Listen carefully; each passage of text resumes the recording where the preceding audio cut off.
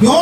क्योंकि वो तो आदमी कराना ही नहीं चाहता, वो तो जबरदस्ती किसी प्रकार से 2-4 मंत्र हो जाए बस उतने बहुत है, उससे किसी को मतलब नहीं है। ये सबसे बड़ी समस्या है और इसका परिणाम ये होता है कि भाइयों बहनों, हमारे विवाह में जहाँ कहा गया है पति पत्नी जब 2 लोग मिलते हैं तो एक और एक मिलकर 11 हो जाते हैं। हमारे यहाँ क्या हो जाता है मालूम है? हमारे यहाँ एक मिलकर के एक दूसरे के विपरीत हो जाते हैं। कुछ ही दिनों जिस दाम्पत्य जीवन में प्रेम के प्रसून खिलना चाहिए, जिस गृहस्थ की में व्यक्ति को आनंद और प्रेम आना चाहिए, वो सारा का सारा गृहस्थ का जीवन ये कड़वाहट से भर जाता है, शिकायतों से भर जाता है और इसमें यह हो जाती है कि कुछ ही दिनों में वो विवाह के संबंधों में दरारें आ जाती हैं, संबंध विच्छेद हो जाते हैं।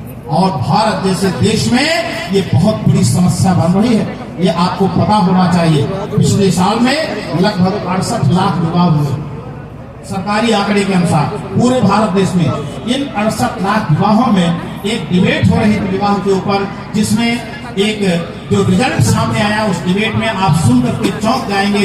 उन 68 लाख विवाहों में से 42 लाख विवाह ऐसे थे जिनके संबंध में उस डिबेट में विशेषज्ञों ने कहा ये वह विवाह हैं 42 लाख जिनके संबंध टूटेंगे, जो संबंध जुड़ेंगे नहीं। क्योंकि भारत में जिस प्रकार से पति पत्नी में तलाक देने की और पति पत्नी में संबंध विच्छेद की घटनाएं बढ़ रही हैं, ये धीरे धीरे हमारे भारत की पारिवारिक जीवन शैली को पूरी तरीके से नष्ट कर रही है। बल्कि उस डिबेट में ये कहा गया कि आज की जो शैली है, आज का जो कल्चर है, ये तो हम लोग अभी सौभाग्यशाली है, कम से कम जोड़े के साथ बैठे हैं, लेकिन हमारे आने वाली जो दूसरी पीढ़ी तीसरी पीढ़ी के लोग होंगे, यदि मोबाइल का प्रचलन ऐसे ही रहा, यदि पाश्चात्य सभ्यता ऐसे ही रही, यदि हमारे यहाँ स्वच्छंदता उद्दंडता का ऐसे ही रूप लेती रही, तो भाइयों बहनों वह दिन दूर नहीं है जब हमारे आपके दाम्पत्य जीवन के संबंध पशुओं से ज्यादा बदतर होते हुए दिखाई देंगे।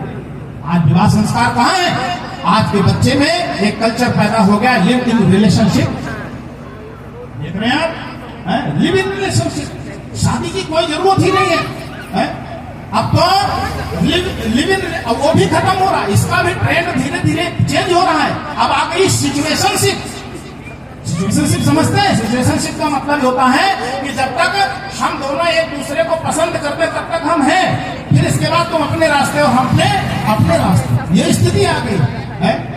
फिर आ जाएगी पशुएशनशिप, बिल्कुल पशुओं जैसा रहने की आदत पड़ जाएगी लोग, क्योंकि यही तो पशुता है, यही हमारे घरों में आ रही है। और ये आधुनिक सभ्यता जो हमारे घरों परिवारों में आकर के और हमारे पारिवारिक जीवन को समाप्त कर रही है, भाई बहनों ये बहुत विकृत है, हमें इसको बहुत ध्यान देना होगा। इस परिवार की परंपरा को जिसे हमारे ऋषियों ने डाला, इसे सींचने का कर्तव्य आपका है, इसलिए आज आपको बैठाया गया। दाम्पत्य जीवन आज यही कारण है क्योंकि हमने विवाह को संबंधों की भांति जोड़ा ही नहीं, भावनाओं के आधार पर हमने उसको जोड़ा ही नहीं। आज भावनाओं को प्राथमिकता ही नहीं दी जाती, संस्कार एकदम गौड़ हो गए, तो हमारे गृहस्थ जीवन कुरुक्षेत्र का मैदान बन गए। आज आदमी खुश नहीं है। मैंने एक चुटकुला सुना अभी के कल परसों के अखबार में, उसमें लिखा था एक आदमी ट्रेन में यात्रा कर रहा था बैठा हुआ, वो शादी से लौट रहा था, तो पास में बैठी एक दादी जी ने पूछा भैया कहाँ से हो तुम? परिचय पूछा भैया कहाँ से हो? तो उसने हाथ जोड़कर बोला दादी क्या बताऊं, मैं विवाह करके आ रहा हूँ, मैं कहीं का नहीं हूँ। क्यों? क्योंकि आदमी बेचारा परेशान है विवाह से। आज विवाह आदमी के ऊपर एक बोझ बन गया, एक मुसीबत बन गई। मैंने सुना है एक विवाह संस्कार हो रहा था कहीं दिल्ली में, तो कोई बहुत एडवांस फैमिली का विवाह, बहुत सारे बाराती घराती आए थे, उसमें विवाह का विदेशी भी मेहमान बुलाए गए, एक विदेशी भी आया, वो पत्रकार था। तो पत्रकार विदेशी जब उसने देखा यहाँ शादी, विदेशों में तो ऐसी शादी होती नहीं कि भावरे घूम जाए, सिंदूर दान होता हो, कन्यादान होता हो, ये सब वहाँ होता नहीं।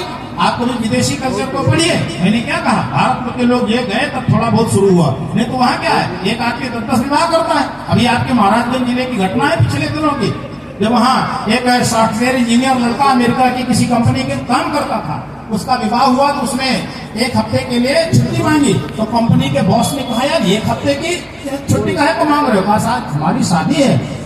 यार शादी इतनी कौन सी जरूरी चीज है इसके लिए 1 हफ्ता चाहिए तुम्हें? और ये 1 हफ्ते में यहाँ हम लोग तो एक दिन में 3 विवाह कर लेते हैं। और तुम जो है एक शादी के लिए 7 दिन चाहिए तुमको, तो वहां पे ये है कि सुबह से शाम तक एक ही आदमी सवेरे से शाम तक विवाह कर लेता। विवाह का मतलब वही मैंने बताया सिचुएशनशिप। वहाँ पिछले दिनों एक सज्जन बता रहे थे कि अमेरिका वगैरह में आज भी जाइए, इंग्लैंड में जाइए, ब्रिटेन में जाइए, वहाँ कई कई घर तो ऐसे हैं जहाँ अगर जाकर के दरवाजा खटखटाएंगे और पूछेंगे कि मैं आपके पति महोदय से मिलने आया हूँ, तो पत्नी पहले पूछेगी मेरे कौन से नंबर के पति से मिलने आए। क्यों? क्योंकि एक एक पत्नियां 4-4, 5-5, 10-10 पति रखे हुए, नंबर है उसमें कि फलाने नंबर का ये पति, धमाके नंबर का ये पति। ये स्थितियां हैं कई सारी जगहों पर। तो ऐसे विदेशी मेहमान जब उस शादी में आया, उसने देखा यहाँ माला पहना रहे एक दूसरे को, भावक घूम रहे हैं, तो उसको बड़ा अच्छा लगा। उसने कहा भाई ये मैं जाकर के वहां दिखाऊंगा। तो उसने वीडियो को शूटिंग करनी शुरू कर दी, कैमरा निकाला और वीडियो शूट कर रहा था। शाम को उसने पूरे शादी को पूरे विवाह समारोह को कैमरे में कैद किया।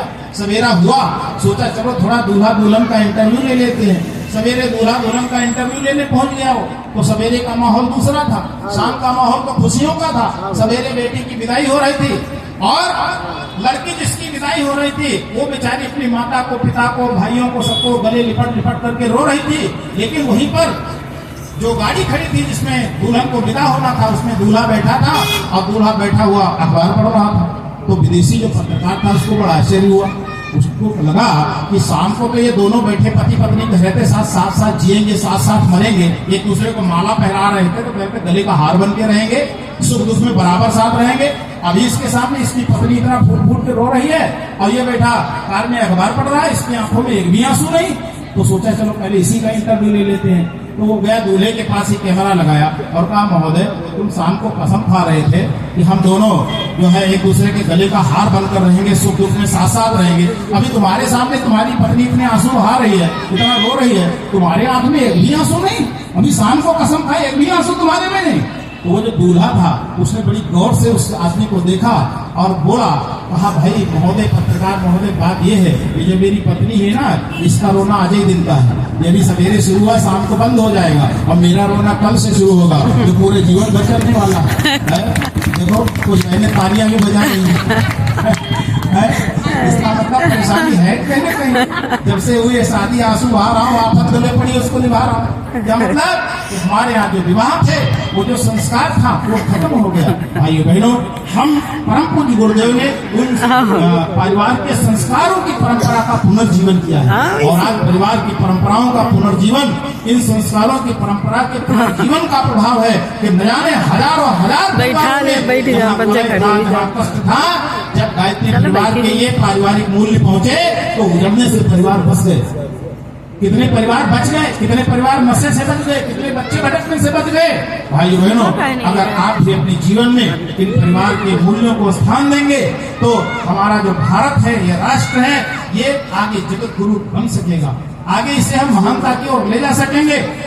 हमें आज बहुत निष्ठा से जरूरत है कि हम अपने परिवार के मूल्यों को बचाएं, नहीं तो आने वाली आधुनिकता, हमारे जो भावी पीढ़ी आ रही है, जो हमारे बच्चे आ रहे हैं, वो चकाचौंध में इतने भटक जाएंगे कि फिर उनको संभालना बहुत मुश्किल हो जाएगा। कुछ विशेषज्ञों ने पिछले दिनों कहा कि यही चलता रहा तो आने वाले 100-150 वर्षों में भारत से भी परिवार की परंपरा खत्म हो जाएगी।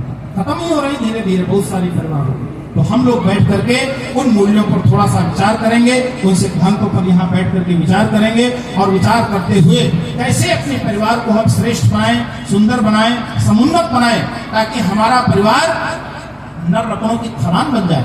आज हम सब खाली जो है